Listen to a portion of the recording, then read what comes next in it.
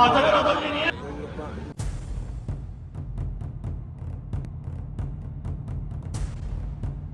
मनोजी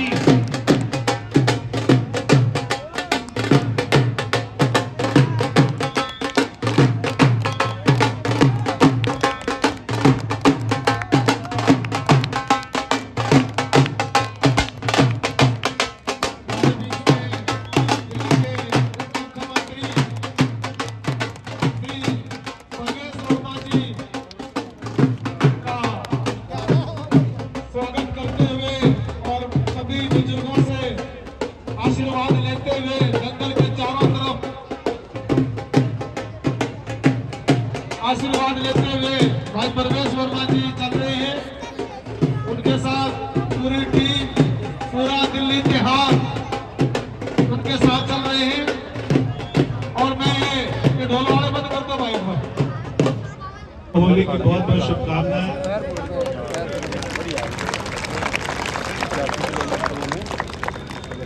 सुबह खूब होली खेली होगी आपने और हर साल इस दंगल का इंतजार रहता है कुश्ती प्रेमियों को।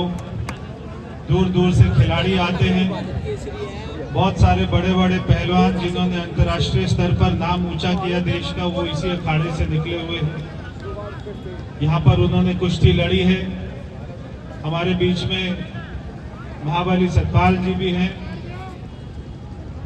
बहुत सारे नेता यहाँ पर आए हुए हैं। मैं जो कुश्ती दंगल की समिति है इसको भी बधाई देता हूं कि हर साल इतना अच्छा कार्यक्रम आप कर रहे हैं, मगर हमको इस जगह को और ज्यादा विकसित करने की जरूरत है। और साथ ही जो 30 साल पहले स्पोर्ट्स यूनिवर्सिटी के नाम पर जमीन एक्वायर हुई थी, हम बहुत जल्दी उसको भी शुरू करने जा रहे हैं। ये डॉक्टर साहिब सिंह वर्मा जी का सपना था, उन्होंने सारी जमीन का अधिग्रहण किया था। बहुत सारे किसानों की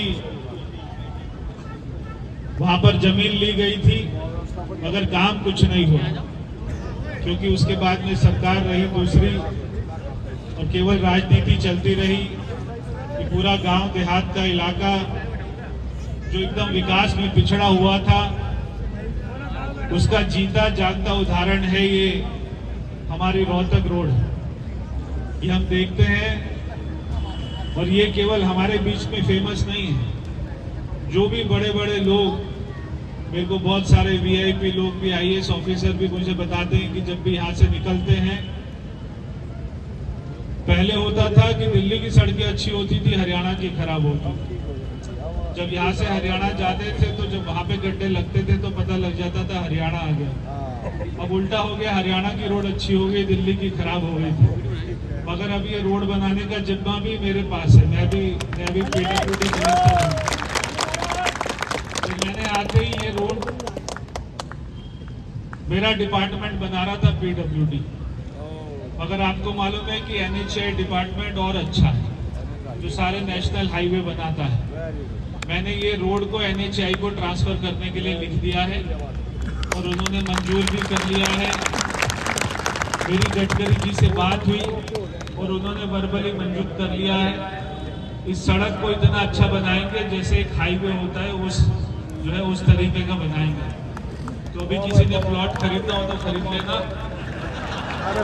जमीन के रेट बढ़ेंगे यहाँ पे। दूसरा आपको ध्यान होगा, 2 मिनी ग्रोथ सेंटर थे, एक यहाँ कंजावला में था, एक ही बापरोला में था। ये भी जमीन आज से 30 साल पहले अधिग्रहण हुई थी। तो ऐसा जो इससे पहले की सरकार के मुख्यमंत्री कहते थे कि जमीन नहीं है, जमीन नहीं है, बिल्कुल झूठ बात थी। बहुत सारी जमीन थी दिल्ली सरकार के पास में, मगर उनको बनाने की नीयत नहीं थी, काम करने की कोई इच्छा नहीं थी। केवल राजनीति करने की इच्छा थी, धन कमाने की इच्छा थी, भ्रष्टाचार करने की इच्छा थी। मगर ये वाले ग्रोथ सेंटर में भी आज के दिन में क्या इसका उपयोग होगा? बहुत ही दिल्ली की जमीन अब कोई सस्ती तो बची नहीं, महंगी जमीन है। तो दिल्ली देहात को जैसे डॉक्टर साहिब सिंह वर्मा जी के समय में सारा दिल्ली देहात ये चमका था, वैसे पूरे दिल्ली देहात को चमकाएंगे। बहुत सारे सामुदायिक भवन हैं, बहुत सारे सामुदायिक भवन हैं, बहुत सारी चौपालें हैं अभी जिनको बनना है। मेरे को कहा जाता था कि वर्मा जी ने बनाई थी, आप इसको ठीक कराओ, मगर क्योंकि उन्होंने उस समय बनाई थी जब वो दिल्ली के मुख्यमंत्री थे और उसके बाद में दिल्ली की सरकार नहीं थी, मगर आज हमारी सरकार बनी है। अभी जैसे यहाँ पर दंगल चल रहा है, एक दंगल 1 महीना पहले हम भी जीत कर आए हैं और वो दंगल बस इतना फर्क है कि दिल्ली की सारी जनता लड़ती है और आपने बहुत अच्छा दंगल लड़ा। सारी बाहरी दिल्ली की गांव देहात की सारी सीटें हमको जिताई। आप सबकी मेहरबानी, आप सबका आशीर्वाद और हम भी उसको ब्याज सहित आपको वापस करेंगे। दिल्ली देहात में इतना काम करेंगे कि आपको भी अपना फर्क दिखाई देगा। साथ में मेरे ऊपर में एक और जिम्मा है कि जो यमुना नदी इतनी गंदी है, हम कहते हैं माँ यमुना है, और यमुना, गंगा, सरस्वती, ये सारी नदियों हमारी संस्कृति है, हमारी पहचान है, वो भी इतनी गंदी थी। अभी उसको भी हमने साफ करना शुरू कर रहे हैं और मैं आपको कह सकता हूँ कि 3 साल के बाद में अभी वहाँ पे एक जो है ना फेरी भी चला रहे हैं, उसमें वहाँ पे रेस्टोरेंट भी होगा, मगर 3 साल के बाद में जब वहाँ पे पानी गंदा आना जो है बिल्कुल खत्म कर देंगे, बिल्कुल पानी में से स्मेल नहीं आएगी, तब यहाँ से मुंडका के लोग भी रात को रोटी खाने के बाद कहेंगे चलो घूम के आते हैं छुट्टी के दिनों में। लाखों लोग वहाँ पे सैर करेंगे। तो मैं यही कह सकता हूँ कि अच्छी सरकार बन गई है। आपका जो सारे सपने थे उसको पूरा करने वाली सरकार बन गई है। चाहे कुश्ती की बात हो, चाहे और खेल की बात हो, हमारे देहात के बच्चों के लिए एक अच्छी स्पोर्ट्स यूनिवर्सिटी हो, खेलों की अच्छी सुविधाएं हो, हमारे दिल्ली देहात के बच्चे गोल्ड मेडल लेके आए अंतर्राष्ट्रीय खेलों में, ऐसी हमारी कोशिश रहेगी। सबके साथ में न्याय होगा, सबका जो उनका हक है वो उनको मिले। तो मैं एक बार फिर से सारे हमारे पहलवानों को शुभकामनाएं देता हूँ जो आज यहाँ पे उन्होंने अच्छी कुश्ती लड़ी है।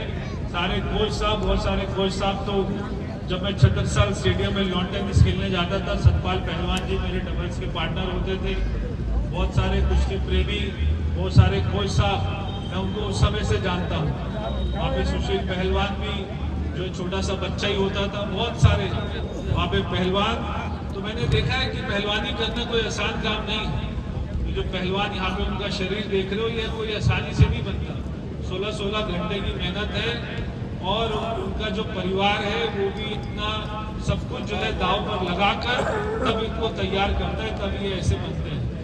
तो आज के दिन में ये मिट्टी वाली कुश्ती भी देखने को नहीं मिलती। केवल आपको मुंडका दंगल में मिट्टी वाली कुश्ती देखने को मिलेगी। आजकल तो मैट पर कुश्ती हो गई। तो ये भी क्योंकि संस्कृति है एक हमारी मिट्टी की कुश्ती, इसमें भी मजा आता है, इसको देखने को भी मजा आता है। जैसे मेरे को बताया कि यहाँ पर इसको मिनी स्टेडियम की जगह है, ये जो है सरकारी जगह है, तो इसको भी अच्छा स्टेडियम बनाएंगे, साथ में जो इसको भी अच्छा डेवलप करेंगे। और मुंडका जो मेरा अपना गांव है, मगर इसमें बहुत सारे काम होंगे, चाहे अंदर की सड़कें हैं, गलियां हैं, जो पानी भरा रहता है, ये सारे काम होंगे और एक आदर्श गांव इसको बनाएंगे, बहुत ही खूबसूरत गांव बनाएंगे। तो सारे काम होंगे, बस अपना आशीर्वाद हमारे साथ रखना। और एक बार बोलो दादा भैरव की, बाबा हरिदास की, बहुत बहुत